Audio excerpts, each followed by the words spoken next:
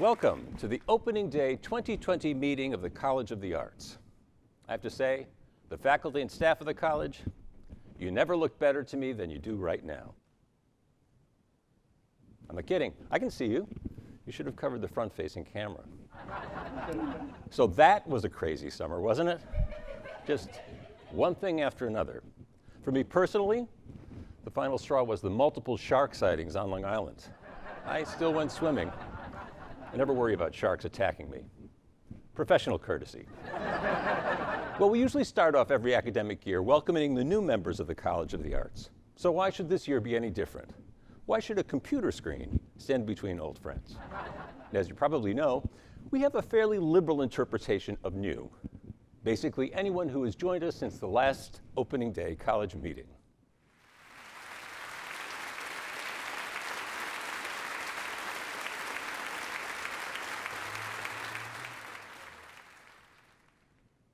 Coming to Montclair State from Nova Southeastern University, where he was on the faculty for 8 years, Stephen received his undergraduate degree from Boston College and his PhD from Florida State University, where he wrote his dissertation on sports memorabilia.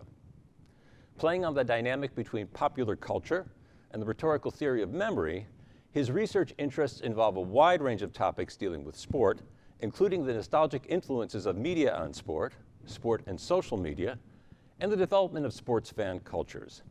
His work has appeared in a number of edited anthologies in academic journals, and his writing has been cited in outlets ranging from the Los Angeles Times to the Journal of Computer-Mediated Communication. Meg comes to Montclair State with experience in academic museums as the former director and curator of the Barrett Art Gallery at Utica College and associate director of the Wellen Museum of Art at Hamilton College. In those spaces, she developed new educational opportunities and innovative programs by integrating the arts into the fabric of the institutions across a range of audiences, disciplines, and issues. She has long been active as a curator and presenter, exploring the interdisciplinary intersection of contemporary art and our socio-political landscape. Most recently, she curated a solo exhibition at one of the New York City art fairs during Armory Week 2020, which, at this point, seems like it happened in another century. Meg received her MA in Museum Studies from Syracuse University and a BA in English from Utica College of Syracuse University. Laurel joins the Office of Arts and Cultural Programming as its business administrator after serving as the assistant to the dean for the College of Architecture and Design and office manager of graduate studies at New Jersey Institute of Technology. She began her career in the executive training program at Bloomingdale's, New York, and then went on to hold various buying positions at Off Fifth, Saks Fifth Avenue's outlet, as well as serving as the manager of training at Saks Fifth Avenue Corporate. During that time, she received certification as a training generalist from Langevin Learning Services.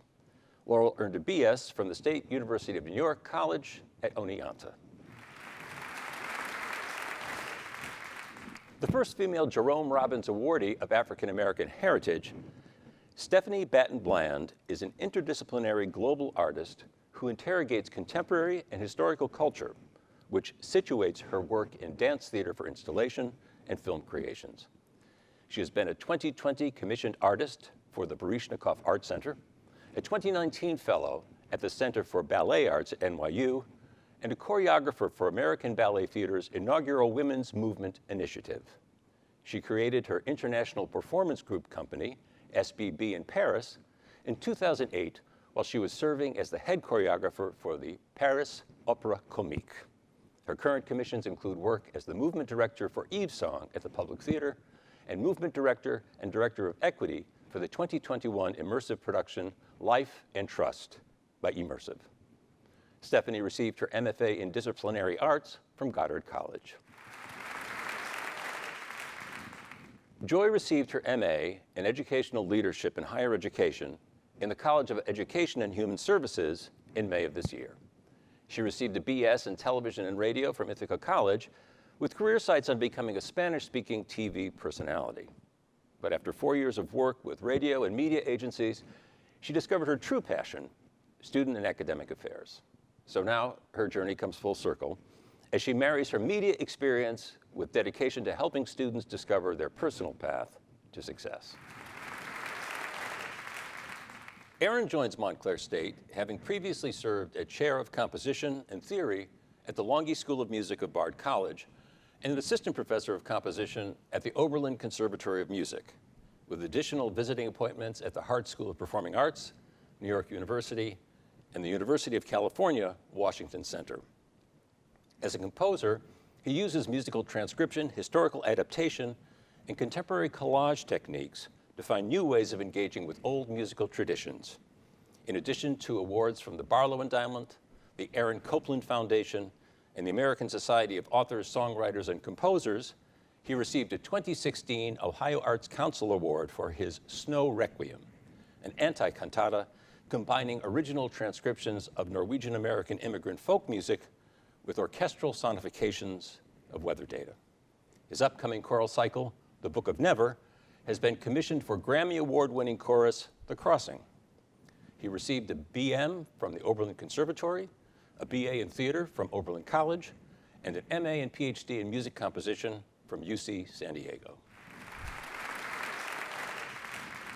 Tony comes to us from Montclair State, where he was previously the Associate Director of the Cali School of Music.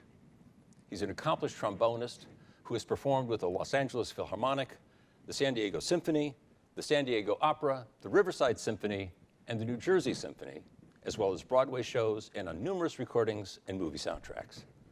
A Grammy-nominated music educator, he's taught as a faculty member or guest lecturer at the Juilliard School, the Manhattan School of Music, the Mannes College of Music, New York University, and Carnegie Hall. His books have been adopted by the New York City Department of Education and integrated into instruction at Carnegie Hall, the Orchestra of St. Luke's, the Colburn School, and university schools of music worldwide. He's also served as the executive director of the Kinhaven Summer Music School in Weston, Vermont. As if all that weren't enough, and it surely is, he's a sponsored clinician for the Antoine Courtois Paris Brass Instrument Company. And in this photo, he's confirming that he has all four fingers, although the thumb seems to be in doubt. Clarinetist Anthony McGill is one of classical music's most recognizable and brilliantly multifaceted figures. He serves as the principal clarinet of the New York Philharmonic, that orchestra's first black principal player, and he maintains a dynamic international solo and chamber music career. The New York Times has hailed him for his trademark brilliance, penetrating sound, and rich character, while the Baltimore Sun has praised his exquisite composition of technical refinement and expressive radiance. Anthony also serves as an ardent advocate for helping music education reach underserved communities and for addressing issues of diversity, equity, and inclusion in classical music. A graduate of the Curtis Institute of Music, he previously served as the principal clarinet of the Metropolitan Opera and the associate principal clarinet of the Cincinnati Symphony Orchestra. An alumna of the Fashion Studies program here at Montclair State, go Redhawks, Lauren joins CART Career Services with more than a half dozen years' experience in executive retail management, human resources, and recruiting. For previous employers like Macy's, she partnered to create internship opportunities to exchange work experience for student credit, and she was responsible for creating new store concepts and recruiting. A 2013 graduate of the Cali School of Music with a degree in music education, go Redhawks, Lindsay has previously worked as a music teacher, director of orchestras, and a string specialist in the New Jersey Public School System, a cello teaching artist for elementary students at the Patterson Music Project, and a freelance cellist performing in New Jersey, New York, and Pennsylvania. In the Cali School, she oversees all aspects of auditions for new and prospective students, including the application audition process, admissions liaison, and audition registration and scheduling. She also manages the front office and assists with school, faculty, and student day-to-day needs. Matthew comes to Montclair State with 15 years of specialized experience in audio and lighting for entertainment and architecture. Among the positions that he's held are technical and facilities manager for the National Opera Center in New York City, technical director for the Marjorie S. Dean Little Theater, also in New York City, and engineer at the Peterson Sound Studio in Athens, Ohio. If he's a familiar face to you, that's because for the past 4 years, he's taught audio for film and television as an adjunct faculty member in the School of Communication and Media. Matthew earned his MFA in Production Design and Technology from Ohio University and his BFA from Missouri State University.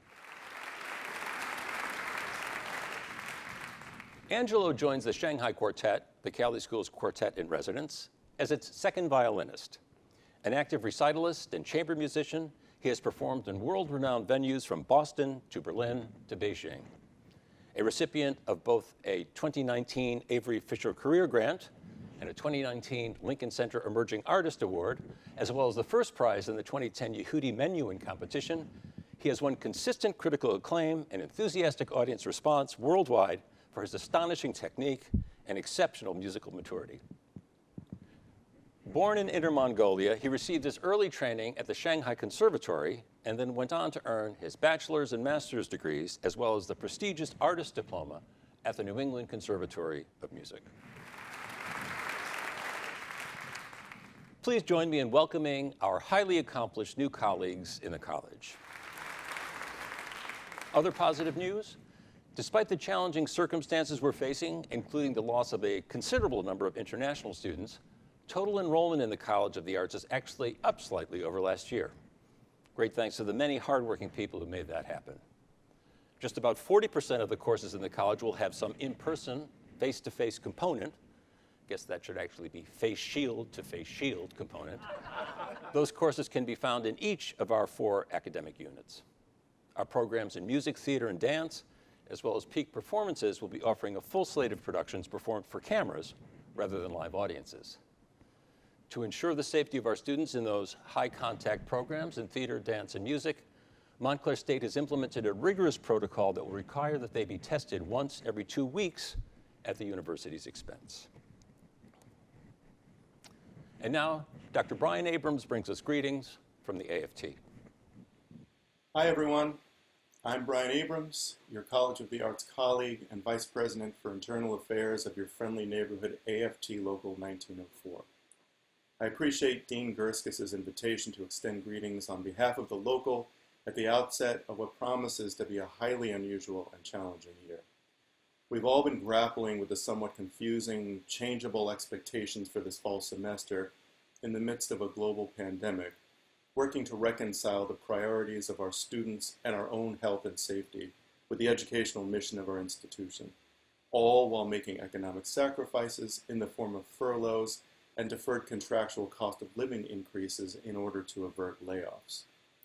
However chaotic and perilous our world may become, I am proud that our union has remained steadfast in continuing to work diligently on local and state levels, negotiating in good faith on behalf of our labor community.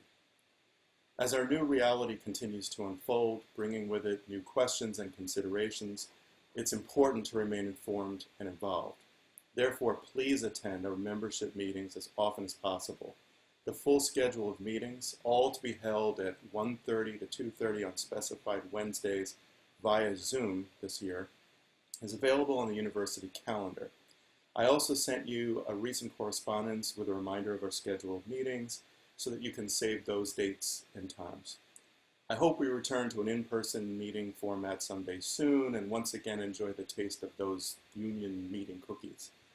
Please also watch for our monthly newsletter and other bulletins on pertinent issues that arise during the year and visit our website for additional information, resources, and contact information. Above all, if you're not yet a member, please seriously consider becoming one. It simply involves a few moments of signing a card and returning it to our local office, which can all be done digitally via email if you can scan your card and create a PDF. Although we bargain collectively on local and state levels and defend our contract on behalf of all constituents of our unit, our capacity to function as a local is fully dependent upon the strength of our membership. In addition, there are numerous benefits of being a member, from professional liability coverage to legal, financial, and other services and discounts, all of which you could learn about on our website or directly from me or other local representatives. And those who are already members, thank you for doing your part.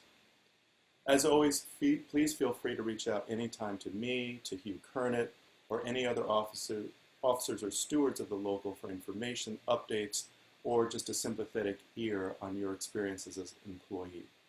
On behalf of the local, and in solidarity, we wish you, your families, and your extended communities a safe and healthy autumn. Take care. So after the excitement of introducing our outstanding new colleagues and hearing from your union rep, that can only mean we have come to the point in the meeting when we embrace grim reality. An exceptional amount of planning has gone into preparing the campus for the fall semester. Even though everyone understood there would be a modest presence of students here, to keep that good work going, all employees are required to complete the mandatory restart training. Details are on the MSU website. The deadline for that was August 24th. So if you're the sort of person who always procrastinates and you haven't yet completed the training, congratulations, you've kept your streak going. Take pride in that. And then complete the training. HawkCheck is the self-screening tool that you must complete 6 to 12 hours before any visit you make to campus. If you haven't done this at least once, it's quick and easy, no longer than 30 seconds to finish the quiz. And best of all, there's no math on it. You will be asked to enter your cell phone number, that's not really math, which will aid in contact tracing on campus should the need ever arise. So tell me, what is it that we're looking at? I'm sorry, I didn't hear you. That's right, a bright line. And why are we looking at a bright line? Well, what I'm about to go over is more a refresher than anything new. Nevertheless, go over it I will, just as I did at last year's opening day meeting. You are not a doctor or a lawyer or a member of the clergy, although some of you may have played one at some point in your career. You should not be counseling students on personal matters. What's more, you do not have a confidential relationship with any student. If a conversation begins, please don't tell anyone. Be prepared to reach for the phone the second the student leaves the Zoom meeting. As you well know, these are difficult times that we're living through, and some of our students are struggling mightily. They need to know that counseling and psychological services are available, just not from you. I'm sure that you've heard this phrase. However, I'm less concerned with telling tales out of school than I can't tell you how many times a student has come to me with a complaint or a comment or a suggestion that is so perfectly formed, so reflective of a sentiment that I've heard before, that not only do I know the student has been coached by a faculty member or staff member, but I can also identify who specifically did the coaching. I have said it before in these meetings, and I will say it again. It is malfeasance and professional misconduct to discuss with any student, other students, faculty members or staff, university policies or actions, you name it. Limit your discussion to matters relating specifically to that student's academic work. There is absolutely no gray area here. If you communicate with your students on social media, you should do so through a dedicated account for your professional activities. Communicating with students through your personal social media accounts is, well, just a really bad idea. Whenever you write in a public forum, including group email messages, measure your words carefully. Some students hear what they want to hear, even if you intended nothing like it. Marie Sparks, as you probably know, retired as of August 31st. But fret not, she'll be around intermittently in the fall if you hadn't had the chance to offer her your good wishes. Because Marie provided a lot of advance notice about her retirement, I've been able to give considerable thought to the administrative structure of the Office of the Dean. In response to the growth in size and diversity of the college over the past 10 years, I decided to eliminate Marie's position of Director of Administration in favor of adding a second associate dean with oversight of academic and non-academic personnel matters, budget, communications and marketing, and outreach and external engagement, among other things. I'm delighted that our longtime colleague, Dr. Christine Lemessiano, currently the Associate Director of the School of Communication and Media, has agreed to take on the position effective September 14th.